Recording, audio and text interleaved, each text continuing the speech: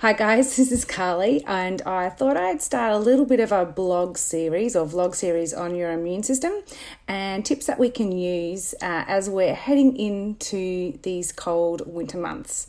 So with winter fast approaching, what can we do in order to support our immune system? Well, there's many things that we can do that will not only support the immune system, but it will also enable you to get over things a little bit faster. So in this kind of 3-part series, I am going to break down the most important things, supplementing with key vitamins, minerals and herbs, talking about supporting a strong platform in conjunction with a healthy diet, and what we can do around our lifestyle with regular exercise to assist our immune system. And there's lots of little different things that we can do about that. So the first part of this immune series is talking about a little bit of our immune system and essentially what our immune system does for us. So firstly, let's recap on what the main parts of the immune system is and how they operate. So the immune system is a pretty complex network of cells and proteins that defend the body against infection. The immune system also keeps a pretty detailed record of every germ and microbe that's ever defeated. So when it comes back into our immune system again, it can very quickly attack that and destroy it. There are, of course, certain abnormalities of the immune system that can lead to different types of allergic diseases, immune deficiencies, autoimmune disorders, and they'll all form part of the immune system. White blood cells, antibodies, the complement system, the lymphatic system, and the spleen, thymus, and bone marrow are all part of this complex immune system. And these parts of the immune system actively fight against infection. So let's talk about key vitamins, minerals, and herbs. These are a pretty powerful punch, and there's a lot we can do with our immune system with the right diet. However, often our diet does not provide the right daily recommended amount of nutrients, nor meet therapeutic needs when it comes to infections. More often, we're eating the wrong foods that can increase inflammation and deplete the nutrient levels faster than we can actually replete them. And this doesn't do anything for our fighting immune system. Supplements offer just that, a supplement to your daily diet to help deliver the right amount of vital nutrients to the body to support a specific task or function. And the right type specifically, more importantly, for the immune system health. Here are the top 6 supplements that I recommend in preventing colds and flus and to help minimize symptoms and lessen the severity. Number 1, and I'm going to talk about dose and use, but vitamin C. Vitamin C is a natural killer and enhances the numbers of natural killer cells up to 10 times, enhances T and B cell function. The best amount is about 1.5 grams to 1 gram, a day to reduce severity of symptoms, and they're useful for colds, viruses, pneumonia, and may also reduce the duration of the illness. Zinc. So it supports and develops the immune system, the function of natural killer cells. Deficiency can lead to lower T1 cells and decreased thymic function and increases cell death. So it's definitely essential for cytokine production and secretion. Up to about 30 milligrams daily has been shown to reduce pneumonia incidence, and in adults and children, zinc must be taken with food. Useful for colds and viruses and prevention of pneumonia.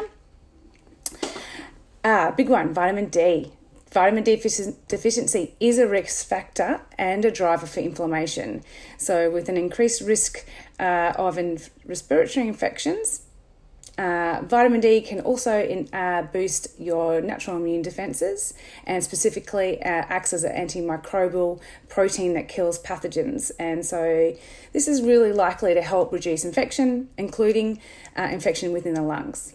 Vitamin D reduces pro-inflammatory cytokines that are responsible for the inflammation that injures the lining of the lungs, leading to pneumonia, and other respiratory challenges. So the goal is to really try and raise your vitamin D level concentration, especially over winter. We want to try and hit above 50 nanomoles, 150 to 200 if you have a current chronic health illness. So to reduce your respiratory infection, we want to try and hit around 5,000 international units a day. And this is going to be helpful to prevent flu, viral infections, respiratory conditions. Now onto the herbs. The best one is echinacea. It's an immune modulator, suppresses respiratory pathogens, modifies T helper cells, and is an antiviral, particularly with envelope viruses. So think herpes, hepatitis, coronavirus, poxvirus, any retroviruses. It's antimicrobial. And we use a tincture of 25 to 60 mils per week based on a 1:2 ratio, or about up to 5 grams a day. It's beneficial for everyone, kids and adults.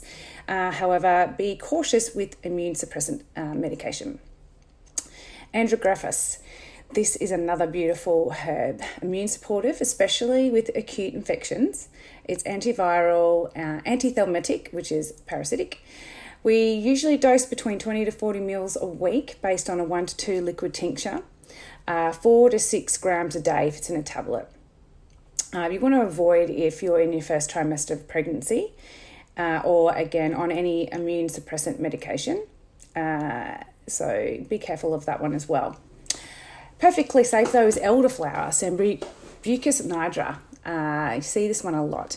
Respiratory tract diseases, common colds, influenza, sinusitis. It's a really good one for neutralising spikes on the envelope viruses. So think flu. It helps modulate cytokine expression.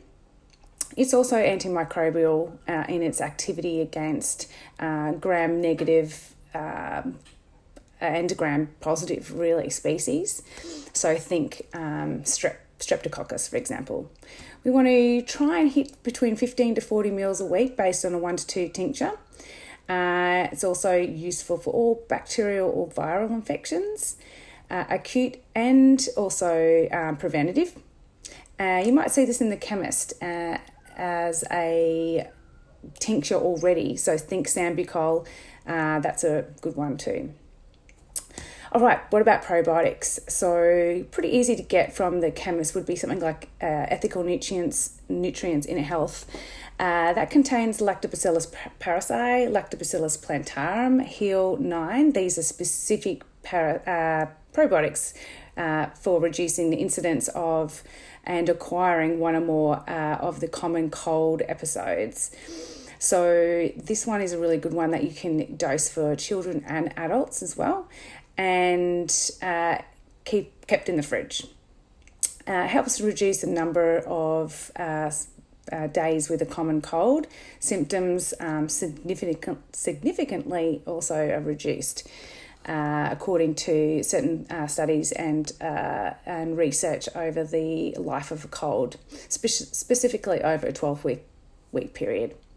You can see this work specifically also in pharyngeal symptoms, so think sore throats that come with those colds. 1 capsule a day should be fine, and you can also provide 1 capsule a day to children. So these are the supplements that I commonly use. You can use them as preventative, so leading into winter. They're all found at health food stores, chemists, or you can, of course, get it from naturopaths and practitioners like myself. You can use them also in combination with them one another, so they can be multi-layered. And I would start with about 8 weeks leading up into the winter period, and maybe for 8 weeks after the winter period. They're also very powerful when treating active immune conditions, especially in cases where you're looking to lessen severity and also look to recover faster.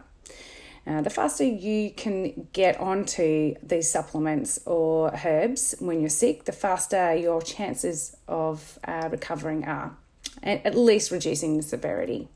So the key is to act fast and be prepared.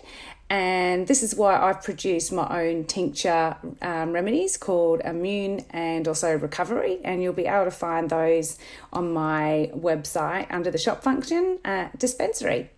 So have a look at that. And if you have any more questions, make a comment below. And I look forward to bringing you the next installment of the Immune series.